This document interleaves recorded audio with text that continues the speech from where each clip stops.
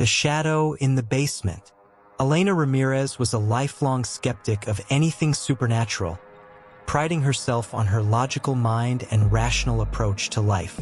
After a tough breakup, she decided to start anew and move to Ojai, California, drawn by its tranquil beauty and promise of a fresh start. She purchased an old Victorian house, captivated by its grand architecture and affordable price, despite its age. The house, built in the late 1800s, had a storied past, having housed several generations and witnessed numerous events. From the moment she moved in, Elena noticed small oddities. Floors that creaked when no one was walking on them, sudden drafts of cold air, and strange noises echoing through the halls at night. She brushed them off as the quirks of an old house, refusing to entertain any thoughts of the supernatural. For Elena, there was always a logical explanation until there wasn't. One quiet night, Elena was abruptly awakened by strange noises echoing from the basement. It was a low, persistent scratching sound, like something trying to claw its way out. Annoyed and convinced it was a raccoon or some other critter, she grabbed her flashlight and made her way downstairs. Her heart pounded with a mix of irritation and a tinge of unease as she descended the creaky stairs. The basement door creaked open, and Elena was greeted by an unsettling chill that made her breath visible in the dim light. The basement smelled musty, the air thick with the scent of damp earth and old wood. Cobwebs clung to the corners, and shadows danced ominously as her flashlight flickered erratically. She steeled herself, attributing the temperature drop to a draft and the flickering light to weak batteries. As she ventured deeper, the scratching grew louder, more insistent.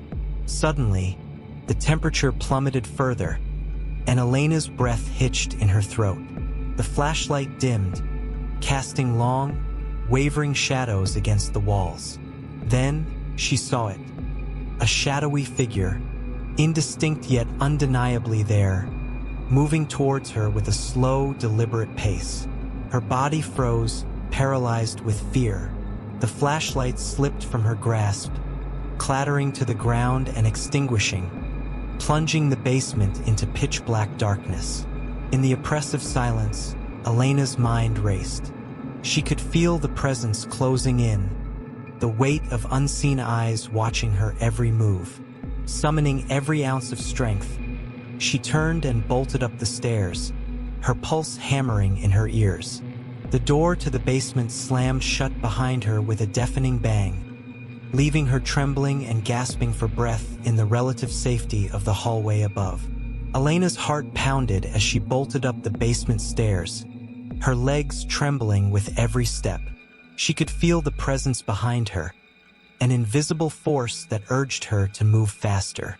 When she reached the top, she yanked the door with all her might, but it resisted, as if something on the other side was holding it shut. Panic surged through her veins, and with a final, desperate pull, the door flew open, and she stumbled into the hallway. The door slammed shut behind her with a force that reverberated through the house. Once free, Elena collapsed against the wall, her body shaking uncontrollably. She was drenched in sweat, her breath coming in ragged gasps. Her rational mind fought to dismiss what she had seen, to chalk it up to exhaustion or a trick of the light, but the fear was too visceral to ignore. Her skin prickled with the lingering sensation of being watched, and her pulse refused to slow. In a shaky voice, she called her best friend, Mila, barely able to convey what had happened.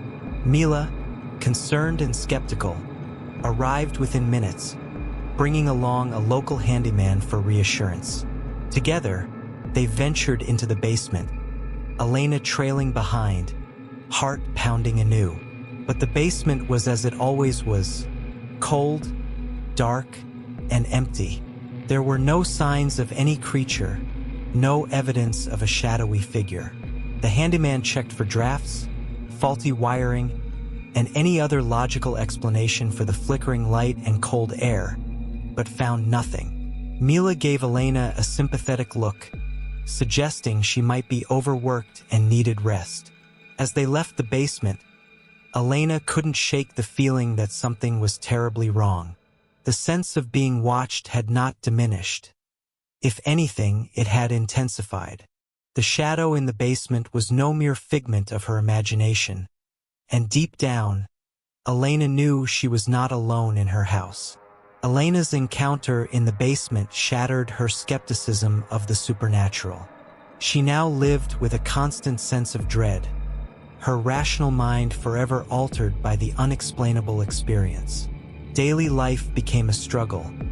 She found herself jumping at every creak and groan of the old house. Shadows seemed to flicker at the edge of her vision, and she often felt an oppressive presence lurking just behind her, watching her every move. Nights were the worst. Sleep eluded her as she lay awake, eyes wide open, scanning the darkness for any sign of movement. The feeling of being watched was inescapable, an invisible weight pressing down on her chest.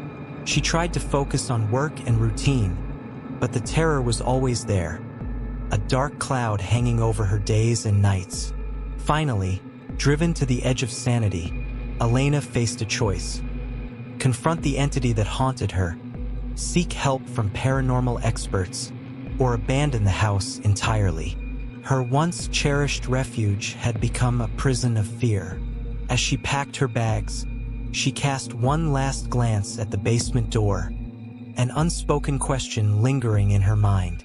What was the true nature of the shadow in the basement? The answer remained shrouded in darkness as she closed the door behind her, leaving the house and its secrets behind. The Haunted Motel. Mateo Delgado, a seasoned traveling salesman, had always prided himself on his skeptical nature. With years on the road, he had developed a keen interest in debunking ghost stories, enjoying the thrill of disproving the paranormal. His latest journey brought him to Sedona, Arizona, a town renowned for its mystical reputation and breathtaking red rock formations. Mateo, however, was simply passing through, eager to find a place to rest for the night before continuing his route.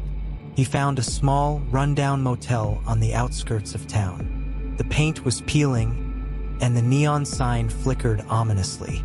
As he checked in, the receptionist, an elderly woman with a wary look in her eyes, warned him about room 214. "People say it's haunted," she whispered, her voice trembling slightly. Mateo scoffed, dismissing the warning with a wave of his hand. He was tired and uninterested in ghostly tales. Little did he know, this night would challenge everything he believed. The night was quiet as Mateo dismissed the receptionist's warning with a tired chuckle, brushing it off as local superstition. Exhausted from a long day of travel, he settled into room 214, the worn furnishings and dim lighting adding to the room's eerie atmosphere.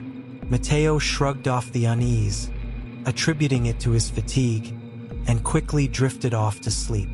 In the dead of night, Mateo was jolted awake by the sound of a child's giggling, light and playful, yet unnerving. The bed beneath him began to shake violently, rattling with such force that it felt like an earthquake. Disoriented, he sat up, heart pounding, trying to make sense of the chaos. His first thought was an earthquake, but as he glanced around, he noticed something terrifying. Everything else in the room remained perfectly still. Confusion turned to fear as the giggling grew louder, echoing off the walls. Mateo's breath caught in his throat when the laughter morphed into a sinister whisper. Chilling and clear, "Leave." The word hung in the air, filled with a malevolent force. Frozen in place, Mateo felt a cold sweat break out across his skin. The command repeated, more insistent this time, "Leave." Panic surged through him as he realized this was no prank or natural occurrence. He was not alone in room 214. Mateo's heart raced as he scrambled out of bed, his hands shaking uncontrollably. He fumbled with the door handle, his sweaty palms slipping as he tried to turn it. The sinister whisper echoed in his ears, urging him to leave. With a desperate yank, the door finally gave way, and Mateo bolted down the dimly lit hallway. Each step echoed like a gunshot in the silent motel, and he could feel an unseen presence following him, urging him to move faster. Bursting through the front door, Mateo dashed to his car, his breath coming in ragged gasps. His hands trembled so badly that he struggled to get the key into the ignition. Finally, the engine roared to life, and he sped away from the motel, not daring to look back. Once he felt a safe distance away, he pulled over, his entire body trembling. Sweat drenched his shirt, and his heart pounded so fiercely it felt like it might burst from his chest. His rational mind fought to make sense of what had happened, but the fear was too raw, too real. He grabbed his phone and called his colleague, voice shaky and strained, recounting the horrifying events in room 214. "I can't go back there," he whispered, the terror evident in his tone. His colleague, though skeptical, could hear the genuine fear in Mateo's voice. That night, Mateo vowed never to return to that cursed motel, the experience leaving him with an unshakable dread of staying in unfamiliar places. The ordeal in room 214 shattered Mateo's skepticism, leaving him with a newfound belief in the supernatural that permeated every aspect of his life. His once confident demeanor was replaced by a constant edge of anxiety. Each business trip filled him with dread, and the thought of staying in another motel sent shivers down his spine. Chronic insomnia set in, the events of that night replaying in his mind whenever he closed his eyes. He often felt a cold, unseen presence watching him, making even the comfort of his own home feel unsafe. Mateo's work began to suffer. The fatigue and anxiety eroded his focus and productivity, and colleagues noticed his growing paranoia.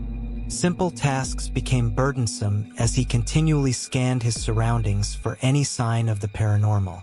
Each creak and whisper in unfamiliar places sent him into a panic, convinced that something was lurking just out of sight. Desperate for relief, Mateo faced a difficult choice. He could seek therapy to manage his anxiety, hoping to regain some semblance of normalcy. Alternatively, he considered delving into the motel's history, searching for answers about the sinister forces in room 214. Another option, though drastic, was to avoid traveling altogether, hoping to distance himself from any potential encounters. As Mateo contemplated his next move, the question of room 214's true nature lingered. Was it the motel itself that was cursed, or something far more pervasive that had marked him? The answer remained elusive, leaving Mateo to navigate a life forever changed by one terrifying night in Sedona. The Cemetery Spectre. Bianca Moretti was a dedicated historian known for her strong skepticism of the supernatural. She had spent years debunking myths and legends, driven by a passion for uncovering historical truths. Her latest research brought her to Flagstaff, Arizona, a town rich in history and surrounded by scenic beauty. Bianca was particularly interested in an old cemetery on the outskirts of town, a place steeped in local lore and legends of ghostly apparitions. The cemetery, with its overgrown graves and crumbling tombstones, exuded an eerie atmosphere. Tall, twisted trees cast long shadows over the neglected paths, and the air was thick with the scent of damp earth and decaying leaves. Locals spoke in hushed tones about spectral figures that roamed the grounds at night, but Bianca dismissed these stories as mere folklore, attributing them to overactive imaginations and the natural fear of the unknown. Determined to gather historical data, she visited the cemetery one evening, ready to document its secrets through her lens. As dusk settled over Flagstaff, Bianca arrived at the old cemetery, camera in hand. The air was crisp, and a gentle breeze rustled the leaves, creating a symphony of whispers that only added to the cemetery's eerie charm. Bianca's calm demeanor and analytical mind were unshaken by the setting. She methodically moved from one gravestone to the next, documenting inscriptions and capturing the haunting beauty of the overgrown plots. As she reviewed the first set of photos on her camera's screen, something unusual caught her eye. In the background of one shot, a shadowy figure appeared near an ancient mausoleum. Bianca frowned, attributing it to a trick of the fading light or a camera glitch.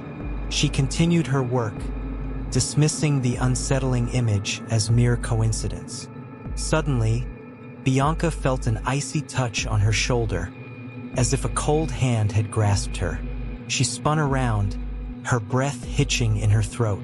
Before her stood a translucent figure dressed in old-fashioned clothing, its eyes hollow and filled with an eerie sadness. Bianca's heart pounded as she tried to rationalize the apparition, but the chill in the air and the palpable sense of dread told her this was no figment of her imagination. The ghostly figure leaned closer, and in a voice that seemed to echo from another time, it whispered, "Leave this place." The words were clear and filled with an urgency that left no room for doubt. As the figure faded into the shadows, Bianca stood frozen, her mind reeling from the encounter. The weight of the warning hung heavily in the air, leaving her in a state of shock and fear she had never known before. Bianca's heart raced as she stumbled through the darkened cemetery, her breath quickening with each hurried step. The ghost's chilling warning echoed in her ears, propelling her forward with a sense of urgency she couldn't ignore. Branches clawed at her clothes, and uneven ground threatened to trip her, but she pressed on, driven by a primal need to escape. Reaching her car, she fumbled with the keys, finally wrenching the door open and collapsing into the driver's seat. She sped away from the cemetery, not daring to look back. Once home, Bianca's adrenaline gave way to sheer terror. Her body trembled uncontrollably, and sweat drenched her skin despite the cool night air. She sank into a chair, her mind racing to make sense of the supernatural encounter. The rational historian within her struggled to dismiss what she had seen, but the vividness of the experience defied all logical explanations. She felt the cold touch again in her mind, sending shivers down her spine. Desperate for clarity, Bianca grabbed her camera and began scrolling through the photos she had taken. Her hands shook as she found the image with the shadowy figure. The apparition was still there, just as clear as before, standing near the mausoleum. She zoomed in, analyzing every detail, hoping to find some flaw or rational explanation, but there was none. The figure was real. This undeniable evidence ignited a fierce obsession within her. Her skepticism had been shattered, replaced by a consuming need to prove the existence of ghosts. Bianca spent hours researching the cemetery's history, seeking out local legends, and reading every account of paranormal activity she could find. Sleep eluded her as she delved deeper into the unknown. Her once orderly life now dominated by a fear she couldn't shake and an obsession she couldn't escape. Bianca's encounter with the specter transformed her from a skeptic into a firm believer in the supernatural. Fear gnawed at her daily, replacing her once steadfast rationality. She developed chronic insomnia, her nights plagued by visions of the ghostly figure and the chilling touch she had felt. Her days became consumed by an obsession with the paranormal. She found herself repeatedly drawn back to the cemetery, hoping to understand the entity that had shattered her skepticism. She immersed herself in ghost lore and local legends, scouring archives for any clues about the cemetery's haunted history. Her research became a relentless pursuit, overshadowing her previous work. Each visit to the cemetery was both a quest for answers and a test of her courage, as the fear of encountering the specter again loomed large. One night, while poring over old records in the town's library, Bianca stumbled upon an old journal. It belonged to a long-deceased caretaker of the cemetery, detailing numerous encounters with the same ghostly figure. The entries were filled with warnings and desperate pleas, revealing that the specter was not just a guardian of the cemetery's sanctity, but was trying to protect visitors from provoking something far more dangerous that lay within the grounds. Realizing the true peril, Bianca made it her mission to warn others. She began documenting her experiences, not just to share her story, but to caution those who might venture too close to the cemetery's hidden dangers. She gave talks and wrote articles, emphasizing the importance of respecting the boundaries of the unknown. The haunting image of the specter remained with her, a constant reminder of the thin veil between the living and the incomprehensibly dangerous forces that existed beyond. Her life, once defined by skepticism, was now dedicated to a cause far greater, safeguarding others from the terrors that lay buried in the shadows. The mirror's reflection. Finn Muller was a dedicated science teacher known for his unwavering belief in rational explanations. His life revolved around facts and evidence, leaving little room for the supernatural. When his grandmother passed away, Finn inherited an antique mirror that had been in the family for generations. Along with the mirror came a slew of eerie stories, whispered by relatives who claimed it was cursed. They spoke of strange occurrences and bad luck befalling those who owned it. Finn, ever the skeptic, dismissed these tales as mere superstition. Intrigued by the mirror's ornate design rather than its haunted history, he decided to hang it in his bedroom. Despite the numerous warnings from his family, he felt confident that any odd occurrences could be logically explained. The mirror, with its intricate frame and aged glass, was just another piece of antique furniture to him. Little did Finn know, this decision would challenge his staunch beliefs in ways he never imagined. One night, Finn was jolted awake by a strange noise. Groggy and disoriented, he glanced around the room, his eyes eventually landing on the antique mirror. His blood ran cold as he saw his reflection in the mirror grinning back at him, even though his own face was contorted in confusion and fear. The reflection's eyes gleamed with an unsettling, malevolent light, and it began to move independently, mouthing words he couldn't hear. Panic surged through Finn as he watched in horror, his heart racing and sweat breaking out across his skin. The reflection's movements grew more frantic, and suddenly, a loud crack echoed through the room as the mirror's glass splintered. An icy chill enveloped the room, making Finn's breath visible in the cold air. Unable to bear it any longer, he leaped out of bed, yanked the mirror from the wall, and rushed it out of his bedroom. His hands shook uncontrollably, and his breath came in ragged gasps as he struggled with the attic door. Finally, he shoved the mirror into the attic and slammed the door shut, as if trying to lock away the terror he had just experienced. Back in his bedroom, Finn collapsed onto the bed, his mind racing. He tried to rationalize what he had seen, searching for any logical explanation, but nothing made sense. The vividness of the experience defied all his scientific understanding. His once firm belief in the rational was now tainted by a deep-seated fear he couldn't shake. In the days that followed, Finn's rational mind waged war with the undeniable terror he had felt. He found himself avoiding mirrors, unable to face his own reflection without recalling the haunting grin from the antique mirror. Sleep became elusive, and when he did manage to drift off, nightmares plagued him, filled with distorted reflections and cold, dark spaces. His anxiety grew with each passing day, making it difficult to focus on his work and daily routines. Finn's life, once grounded in logic and reason, was now overshadowed by an experience he couldn't explain, leaving him questioning the very nature of reality. Finn's heart pounded in his chest as he stared at the malevolent reflection, its grin growing wider and more sinister by the second. Panic surged through him, and he bolted upright, his body trembling with fear. Sweat poured down his face, and his breath came in short, frantic gasps. He could feel his pulse racing, each beat echoing in his ears as he stumbled out of bed, never taking his eyes off the mirror.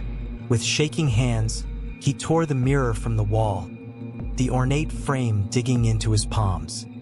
He could feel the icy chill emanating from the cracked glass, making his skin prickle with goosebumps. Desperate to escape the oppressive presence, he fled the bedroom, the mirror clutched tightly against his chest. Each step felt like an eternity as he raced towards the attic, his mind a whirlwind of fear and disbelief. Reaching the attic door, Finn struggled with the handle, his sweat-slicked fingers slipping as he fumbled to open it. Finally, he managed to wrench the door open and hurriedly shoved the mirror inside, slamming the door shut behind him. He leaned against the door, panting heavily, his entire body shaking from the adrenaline and terror. The mirror's presence was now locked away, but the fear lingered, seeping into every corner of his mind. Back in his bedroom, Finn tried to collect himself, but the rational explanations he clung to seemed hollow and inadequate. He replayed the night's events over and over, each detail more vivid and horrifying than the last. His scientific mind grappled with the experience, but the memory of the reflection's malevolent grin and the chilling whisper were undeniable. He could not dismiss it as a trick of the light or a figment of his imagination. Sleep became a distant memory as Finn lay awake each night, haunted by the specter of his reflection. Every mirror in the house became a source of dread, and he avoided them at all costs, afraid of what he might see staring back at him. The fear gnawed at him, eroding his confidence and filling him with a growing sense of unease. Finn's anxiety seeped into his daily life, affecting his work and relationships. He found it difficult to focus, his mind constantly drifting back to the attic and the cursed mirror. The once firm foundations of his rational beliefs were now shaky, undermined by an experience he could neither explain nor forget. The terror of that night had left an indelible mark on his psyche, transforming his world into a place where the supernatural felt all too real. Finn's encounter with the mirror shattered his firm belief in rationality, replacing it with a deep-seated fear of mirrors and a newfound belief in the supernatural. The once confident science teacher now lived in constant dread, avoiding his reflection at all costs. Mirrors became objects of terror, each one a potential gateway to the unknown horrors he had witnessed. His daily life was severely affected. Chronic insomnia plagued him, with nightmares filled with grinning reflections and icy chills waking him in the dead of night. He felt a persistent sensation of being watched, the hairs on the back of his neck standing on end whenever he passed a mirror or a reflective surface. Even the smallest glance at a window could send him into a panic. Determined to prevent others from suffering the same fate, Finn decided to take action. He researched the mirror's history, uncovering dark origins and chilling family secrets. Realizing the mirror's malevolent power, he decided it had to be destroyed.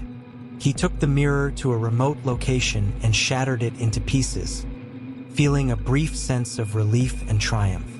Hoping to escape the lingering fear, Finn spent a weekend away to clear his mind. But when he returned home, his blood ran cold. There, hanging on his bedroom wall as if it had never left, was the mirror, intact and whole. The reflection greeted him with the same malevolent grin, a chilling reminder that some horrors can never be escaped.